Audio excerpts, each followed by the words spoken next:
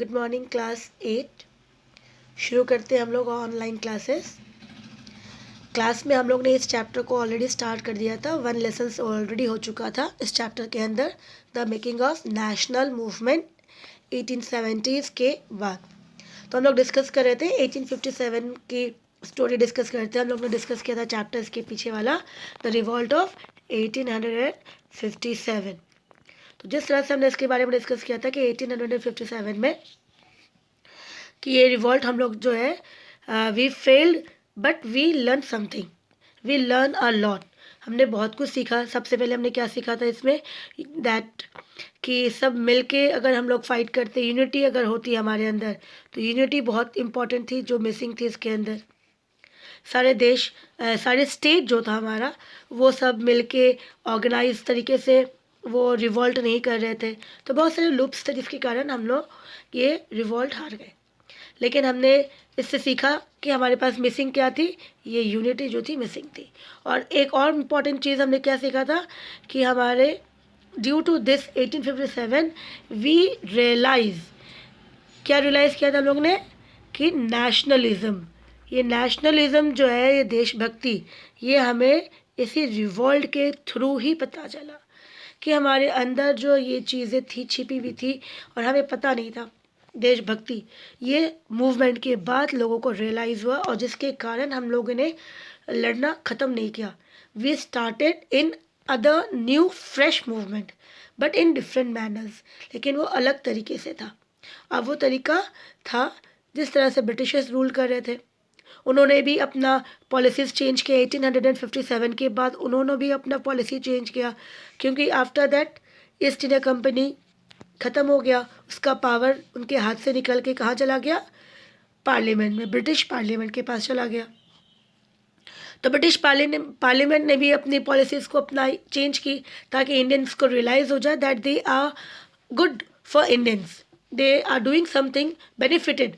तो इसीलिए उन्होंने भी अपनी पॉलिसीज़ चेंज की and they started divide and rule policy, कि उनको पता ना चले और हम अपने आप में इंडिया के अंदर वापस से 100 and 200 ईयर्स इस तरह से रूल करेंगे।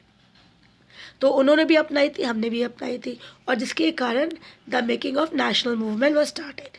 तो ये मूवमेंट था पॉलिटिकल मूवमेंट की तरह कि हम भी रूल्स के थ्रू, हमने भी जो ब्रिटिशर्स फॉलो करते हैं, हम भी वैसे ही उनसे अपनी राइट्स के लिए क्या करेंगे, we will fight for that. तो ये चैप्टर्स के अंदर हम लोग इसके बारे में ही डिस्कस करने वाले हैं सारा।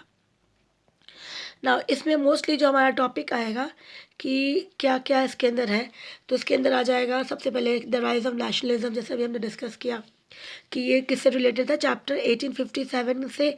उसके बाद वाला नेक्स्ट चैप्टर हमने वही किया था, हमने 1857 के बाद हमने इस चैप्टर को स्टार्ट किया था कि ये रिलेटेड चैप्टर आता है उसके साथ।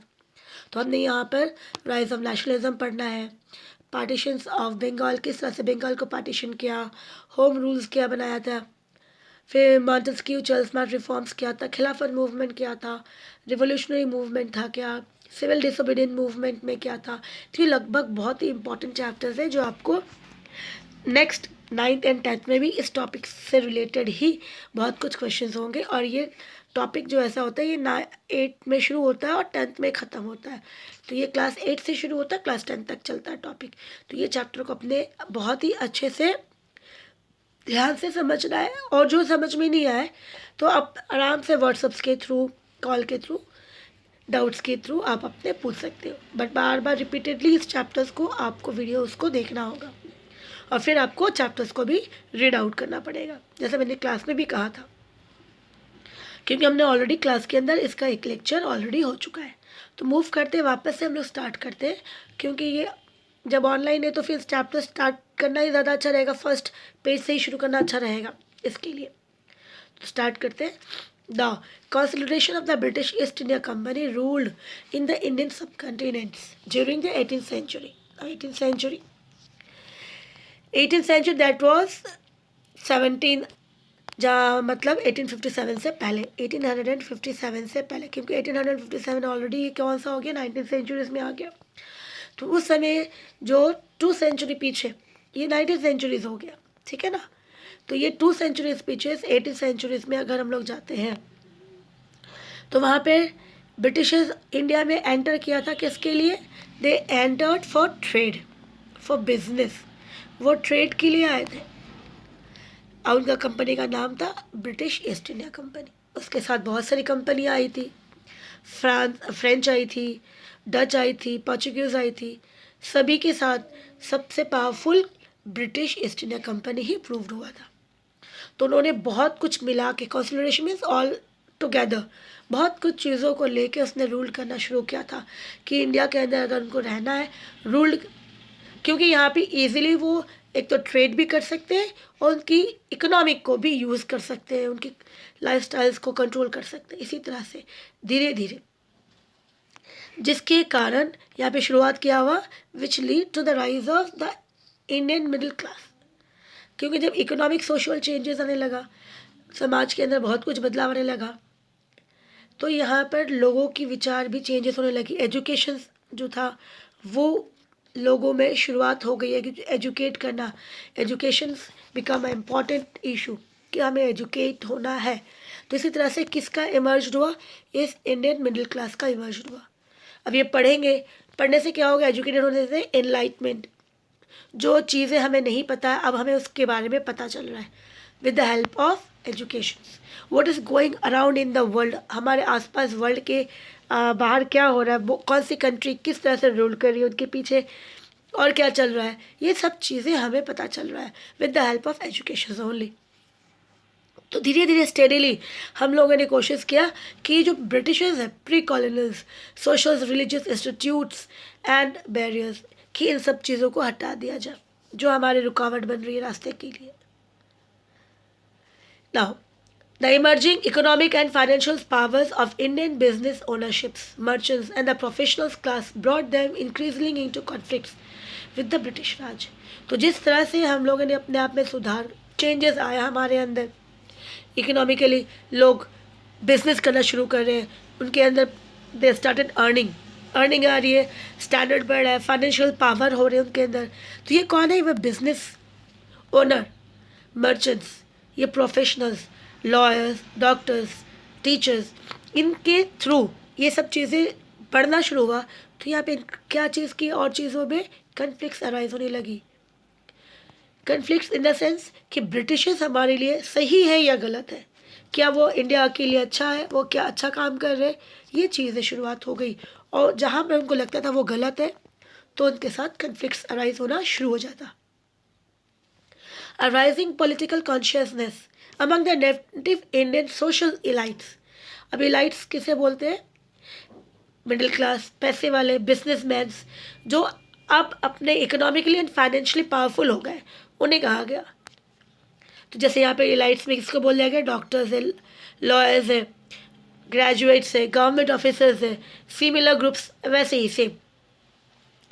इन लोगों ने, इनके अंदर क्या है कि हमें भी राजनीति में उतरना चाहिए, जिस तरह से ब्रिटिशर्स रूल कर रहे हैं हमें भी उसी चीज़ को अपनाना चाहिए और हमें उसी चीज़ को अपना के अपने अधिकार के लिए लड़ना चाहिए। तो ये चीज़ें इमर्ज हुई इनके अंदर।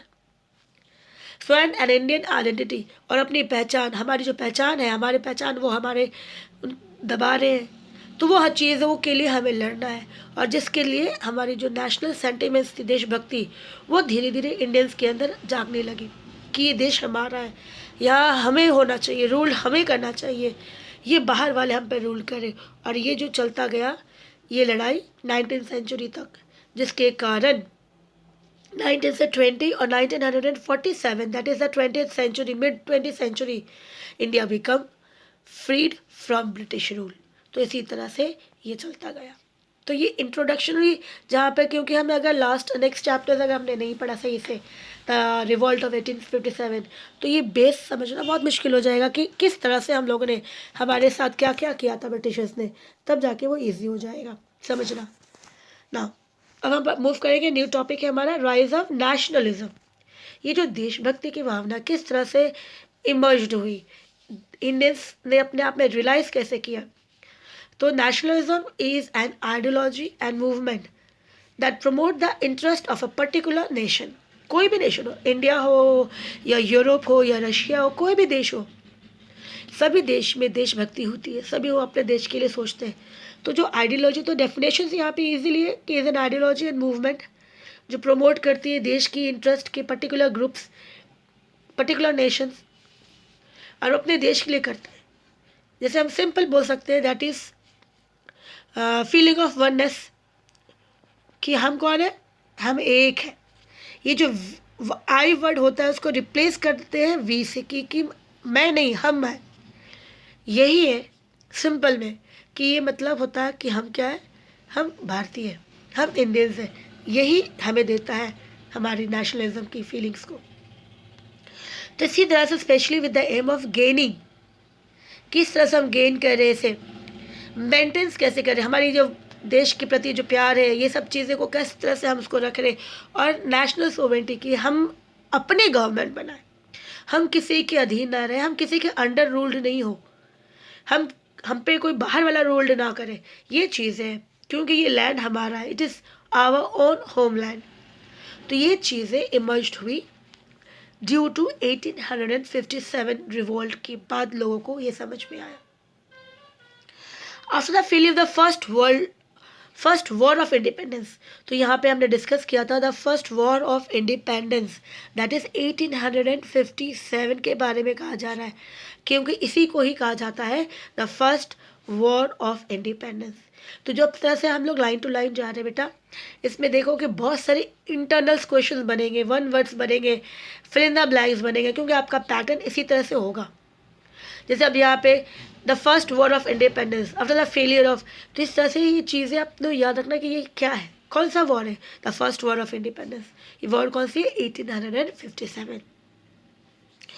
डिससेटिस्फाइज इंडियंस डेवलपमेंट, क्योंकि यहाँ पर हमने क्या देखा, इंडियंस की कोई डेवलपमेंट्स नहीं हो रही है, हमें सिर्फ दबाया जा रहा है, और जिसके कारण ये नेशनलिज्म इमर्ज्ड हुई।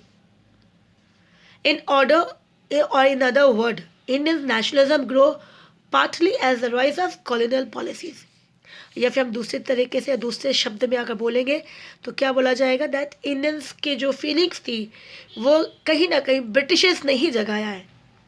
भले वो गलती से जगाया, उन्हें भी नहीं पता था कि ऐसा करने से इनकी देशभक्ति की भावना है जो जाग जाएगी, क्योंकि उन्होंने जो पॉलिसीज़ बनाई थी, जो रूल्स बनाई थी पॉलिटिकली, इकोनॉमिकली, सोशली, उसके कारण, उनके रूल्स के कारण, क्योंकि वो रूल्स सिर्फ उनको ही फ़ायदा कर रहा था, इंडियंस को बेनिफिट नहीं कर रहा था, जिसके कारण ये चीज़ें इंडियंस के अंदर अराइज हुई, partly as the reactions to the colonial policy, जो हमने अभी डिस्कस किया। So in fact it would be more correct to see the Indian nationalism as a product of a mix of various factors।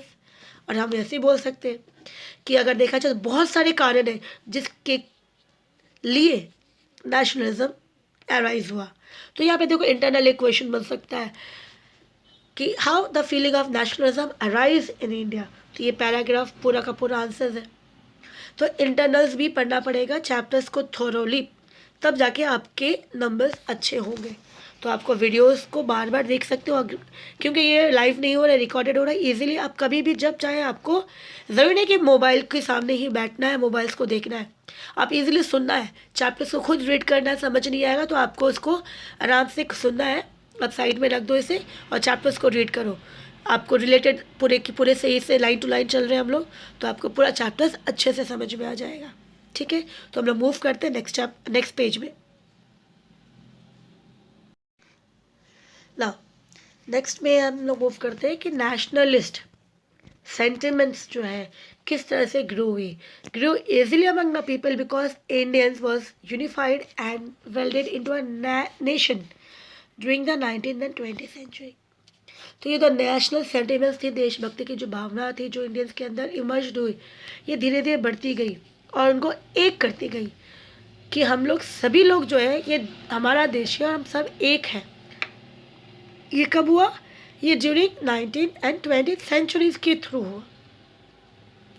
The introduction of a uniform and model system of government ने बहुत कोशिश की कि वो भी अपने rules को लेके अच्छा करे, ताकि इंडियंस को लगे कि वो ब्रिटिशर्स इंडियंस के लिए ही, उनकी हित में ही काम कर रहे हैं। तो यूनिफॉर्म एंड मॉडल सिस्टम जो गवर्नमेंट्स बनाया ब्रिटिशर्स ने पूरी कंट्रीज़ के अंदर, और उसकी अपनी एडमिनिस्ट्रेटिव सिस्टम को, ताकि वो भी बने रहे देश के अंदर। ये इस तरह से उन्होंने भी इंट्रोड्यूस किया a new system, a modern system. People realise the main reason behind the economic backwardness was due to the policies made by the British. तो इसी तरह से ब्रिटिशर्स ने जिस तरह से उन्होंने अपनी पॉलिसीज़ में वो आगे बढ़ते गए, एडमिनिस्ट्रेशन सिस्टम्स को चेंज किया, तो धीरे धीरे ब्रिटिशर्स के रूल्स एंड रेगुलेशंस के थ्रू लोगों को भी रियलाइज़ होने लगा कि इनका जो भी मकसद है इंडिया के अंदर, और इंडियंस की जो इतनी बुरी हालत हो रही है अभी 17th और 16th और 17th सेंचुरीज़ के थ्रू, अब हम 19th सेंचुरीज में एंटर कर रहे हैं। तो हमारे जो बैकवर्डनेस है इकोनॉमिक, क्योंकि वर्ल्ड में बहुत सारे देश बहुत आगे बढ़ चुके हैं साइंस में, सब चीज़ों में, हम इतने पीछे कैसे हो गए, हमारी आर्थिक स्थिति इतनी ख़राब क्यों हो रही है? इसके पीछे सिर्फ एक ही है, वह है उसकी ब्रिटिश की खुद की अपनी बनाई हुई पॉलिसी। क्योंकि उसकी पॉलिसीज़ के अंदर वो किससे बेनिफिट कर रहे थे?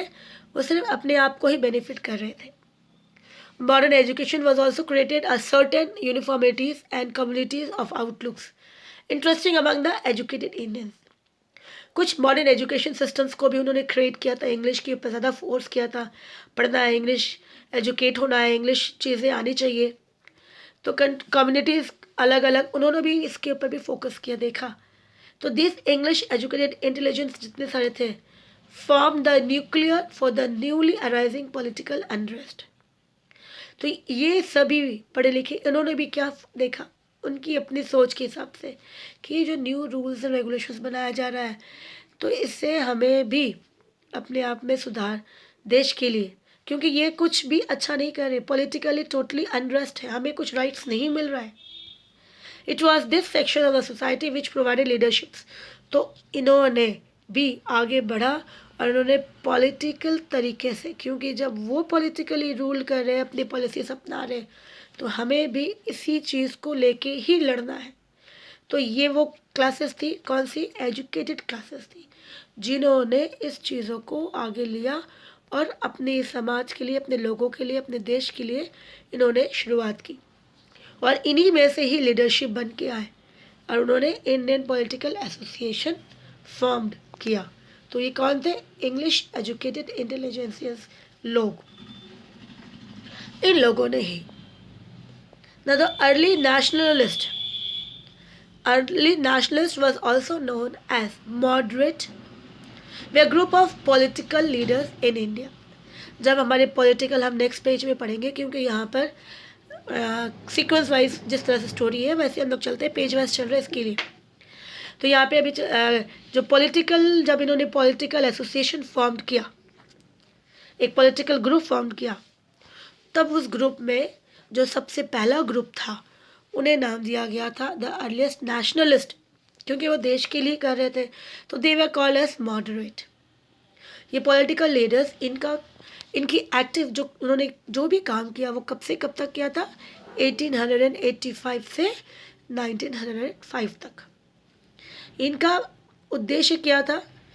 ये क्या कर रहे थे, कैसे कर रहे थे? ये फोकस कर रहे थे डिमांड्स, कि हमारे लोगों को क्या चाहिए, और जो ब्रिटिशर्स बना रहे रूल्स एंड रेगुलेशंस को, उसको थोड़ा सा सुधारेंगे, रिफॉर्म्स करेंगे, मतलब उसको चेंज करेंगे। चेंज किस तरह से?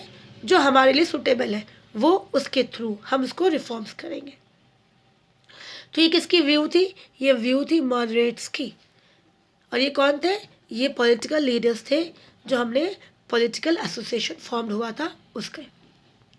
सो the earlier nationalist totally depend जो थे ये लोग, ये किसमें? नेशनल, इन्होंने टोटल कॉन्स्टिट्यूशनल तरीका ही अपनाया था, कि जो रूल्स एंड रेगुलेशंस ब्रिटिशर्स ने बनाया है उसको लेके चलना है, और उस रूल्स में अगर हमारे लिए सही नहीं है जो,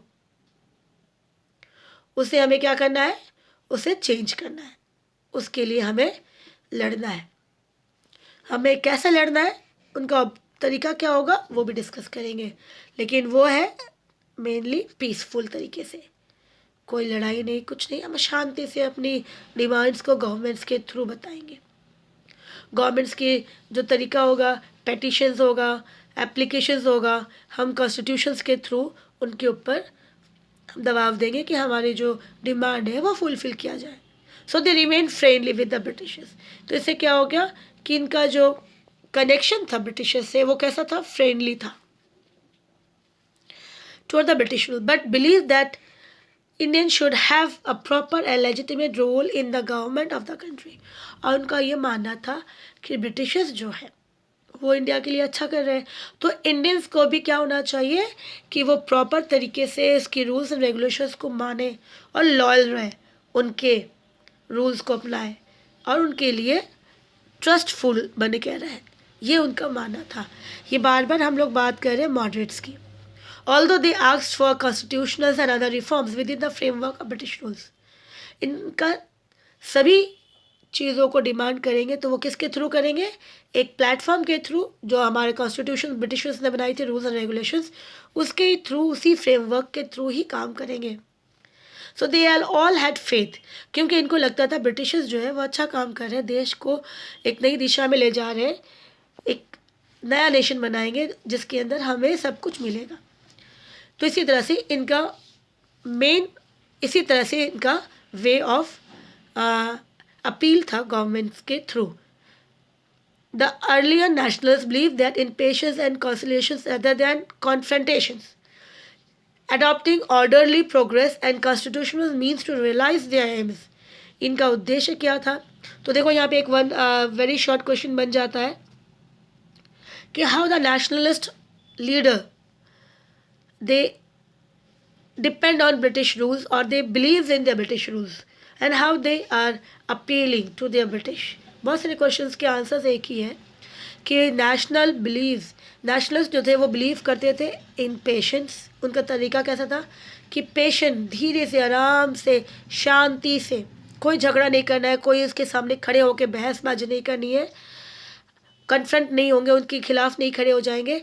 हम जो भी प्रोग्रेस करेंगे वो अडॉप्ट करेंगे ऑर्डरली, वन बाय वन, और वो कॉन्स्टिट्यूशंस के तरीके से, जो रूल्स हमें बताया गया कॉन्स्टिट्यूशंस के अंदर, उसके थ्रू ही चलेंगे। ये तरीका था नेशनलिस्ट, अर्ली नेशनलिस्ट मॉडरेट के काम करने का तरीका था। तो इसी तरह से वहाँ पर इन्होंने अपना काम किया,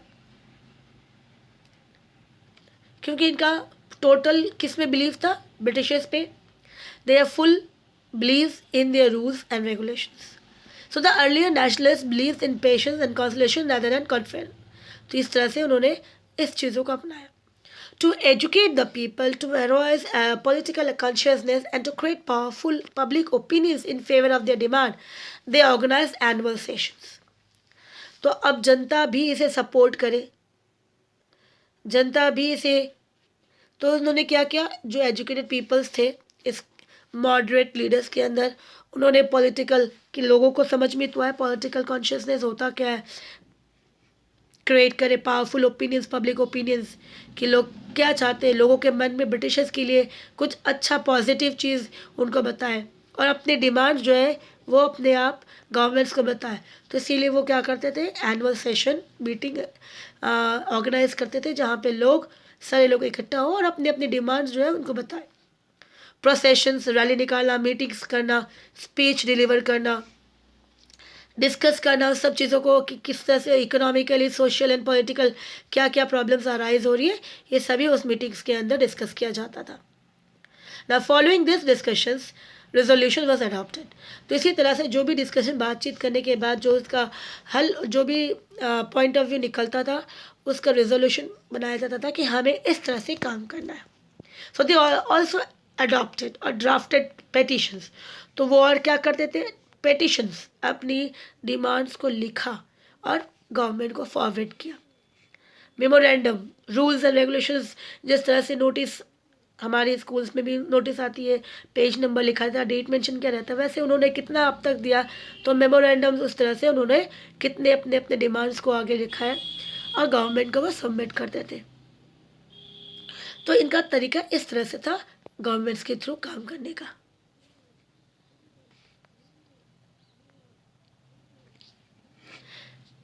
नाउ नेक्स्ट आता है कि the earliest nationalist failed to attain the objective, क्योंकि ये सिर्फ गवर्नमेंट्स के ऊपर ही भरोसा रखे थे। गवर्नमेंट्स क्या कर रहा था, गवर्नमेंट्स आराम से धीरे धीरे काम कर रहे थे, क्योंकि हम लोग क्या कर रहे थे, हमारे मॉडरेट्स क्या कर रहे थे, हमारे मॉडरेट्स पेटिशंस कर रहे थे। वो पेटिशंस के थ्रू ही अपनी क्या बनाया उन्होंने, अपनी डिमांड्स को फॉरवर्ड किया, ड्राफ्ट बनाया, मेमोरेंडम्स बनाए, गवर्नमेंट्स को सबमिट किया। तो गवर्नमेंट भी वैसे ही काम करेंगे।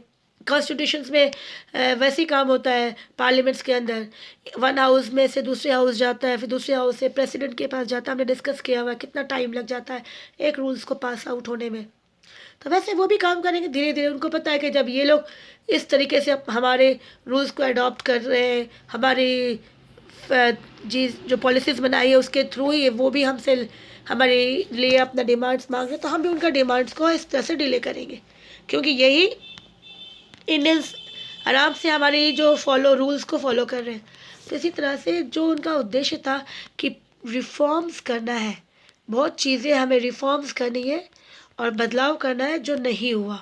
It become a big questions, क्योंकि इनका उद्देश्य क्या था, रिफॉर्म्स करवाना, हमारी डिमांड्स को, लोगों की डिमांड्स को फुलफिल करवाना, सोशली, इकोनॉमिक, पॉलिटिकली, लेकिन वो नहीं कर पाए। तो इसका जो मेन उद्देश्य था वो फेल होने लगा, ऑब्जेक्टिव।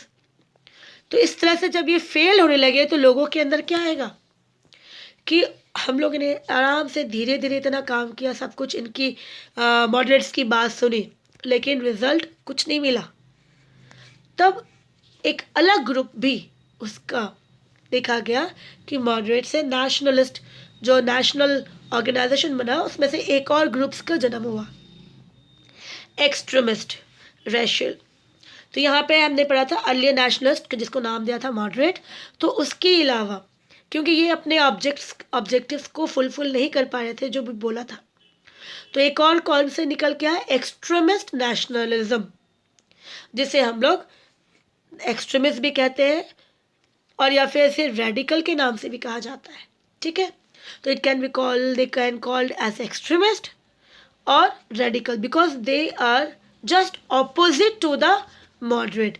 तो ये लोग कौन थे, ये मॉडरेट्स के एकदम ही ऑपोजिट थे, उनकी एकदम नेक्स्ट बोला जाए तो ऑपोजिट में, कि वो जो काम करना चाहते थे उनका काम करने का तरीका ये नहीं था। So the last the final years, जो हमारा 19th सेंचुरी जो थे, उन्होंने इस लास्ट 19th सेंचुरी से शुरुआत हुई जो 20th सेंचुरी के मिड तक गया। तो इन्होंने किसने हाथ अपना उठाया, एक्सट्रीमिस्ट ने, कि नहीं ये तरीका गलत है, ऐसे अगर हम लोग करेंगे तो कभी भी आज़ादी हमें नहीं मिलेगी। तो लास्ट ईयर जो फेज था हमारा, एक्सट्रीमिस्ट ने ही काम किया और उन्होंने रेडिकली सेंसिटिवली इमर्ज्ड हुए कि सही तरीके से कैसे काम करना वो बहुत ज़रूरी है अभी। और ये वो लोग थे इंटेलिजेंस, जैसे लाला लाजपत राय, बाल गंगाधर तिलक एंड बिपिन चंद्रपाल। ये 3 peoples, they all together bin called as Lal Bal Pal. ये एक्सट्रीमिस्ट के लीडर्स थे, जिसे रेडिकल्स के नाम से कहा जाता है। इन्होंने रिजेक्ट कर दिया पेटिशंस करना, हाथ जोड़ना ब्रिटिशर्स के सामने। उन्होंने कहा ऐसा कुछ नहीं करेंगे, ऐसे करने से हमें कुछ नहीं होने वाला, ना हमें कभी आज़ादी मिलने वाली, कि प्रेयर, पिटिशन एंड प्रोटेस्ट नहीं करेंगे। So what is the 3P? यहाँ पे देखो इंटरनल्स कितने सारे बन जाते हैं। What is the 3P? तो 3P हो गया, प्रेयर, पेटिशंस एंड प्रोटेस्ट, ये 3P हो गया। Instead they began adopting aggressive measures. इसके अलावा उन्होंने कहा कि हमें छीनना पड़ेगा, हमें अपना अधिकार, हम जितना मांगेंगे हमें कभी नहीं मिलेगा, हमें अपने अधिकार छीननी पड़ेगी, एग्रेसिव होना पड़ेगा और हमें अपनाना पड़ेगा स्वदेशी, कि ब्रिटिशर्स की कोई भी चीज़ों को हमें यूज़ नहीं करना है और हमें बॉयकॉट करना पड़ेगा। स्वदेशी मतलब खुद के बनाओ और खुद का यूज़ करो, खुद का कपड़ा बनाओ, खुद को पहनो, खुद जो भी चीज़ें हम यूज़ करते हैं वो खुद बनाए। और बॉयकॉट हो गया कि हम उसकी चीज़ों को यूज़ नहीं करेंगे, उसको हम लोग क्या करेंगे, मना कर देंगे। Boycott means we will refuse, क्या रिफ्यूज़ करेंगे, refuse to use the goods and service, कि जो भी चीज़ें बनी हुई या फिर उसकी नौकरी जो भी है हम लोग ब्रिटिशर्स की यूज़ नहीं करेंगे, हम टोटली जो है एकदम मना कर देंगे। तो ये तरीका था किसका, ये था तरीका एक्सट्रीमिस्ट का। और इसी तरीके से उन्होंने शुरुआत कर दी एक नया तरीके से, एक न्यू वे से, एक न्यू राइज के through they started again a new fresh movement. The movement is already the same, nationalist movement चल ही रहा था, बट ये लोग अलग थे, इनका तरीका अलग था, वो एग्रेसिव मेथड यूज़ किया। और जिसमें मेन उद्देश्य था हमारा स्वदेशी एंड बॉयकॉट। तो ये चलता गया। तो इसी तरह से इन्होंने शुरुआत की लड़ाई, और जिसके कारण ही हमें, क्योंकि ये शुरुआत हुई 19 के एंड तक, 19th सेंचुरी और मिड 20s तक चलता गया, और इसी के कारण हमें जो है आज़ादी मिली थी 1947 में। क्योंकि अगर हम पेटिशंस के थ्रू ही चलते रहते तो शायद 1947 तक भी हमें आज़ादी नहीं मिलती। तो because of this extremist they realize that petition is not the correct way of demanding our rights। तो इसी तरह से एक्सट्रीमिस्ट का जन्म हुआ। तो आज हम लोग यहीं तक डिस्कस करते हैं। नेक्स्ट क्लास में हम लोग नेक्स्ट टॉपिक में शुरू करेंगे, इंडियन नेशनल कांग्रेस कैसे बना था। ठीक है, तो आप इस वीडियो को थॉरोली देखेंगे, अच्छे से समझेंगे, चैप्टर्स को रीड आउट करेंगे, और आपका वर्क होगा, होमवर्क है आपका, कि आप इस 2 पेज में से इंटरनल्स जो पीछे हमारा प्रैक्टिस टाइम है उससे सॉल्व करेंगे और नोटबुक में राइट डाउन करेंगे। ठीक है, take care and do your homework. Thank you.